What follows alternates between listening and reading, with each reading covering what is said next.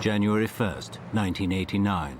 An editorial in People's Daily read in part, "We are faced with severe difficulties on an unprecedented scale, with the most apparent problem being rampant inflation. Prices are on the rise, and the corruption seen in some government bureaus and in society at large is so abhorrent as to be beyond imagination."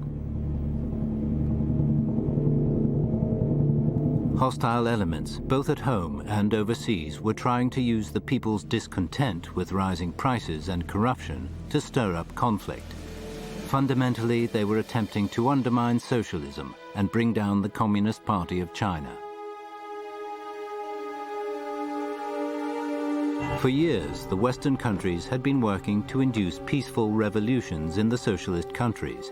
Many Eastern European nations had descended into chaos after internal conflict erupted. As the Western meddling intensified, a wave of support for the restoration of capitalism began to surface in China. Eventually, at the end of spring 1989, the influence of the wider international environment, combined with smaller domestic issues, ignited a political storm.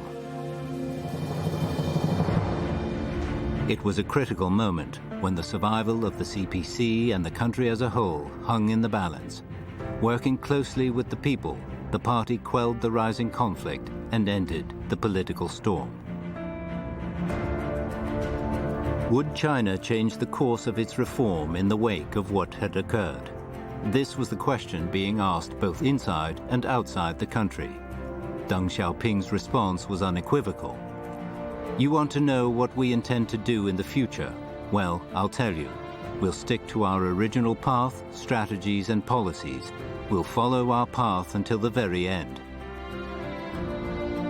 With this clear statement, he strengthened the Chinese people's resolve to continue with the reform and opening up, along with the modernization of socialism.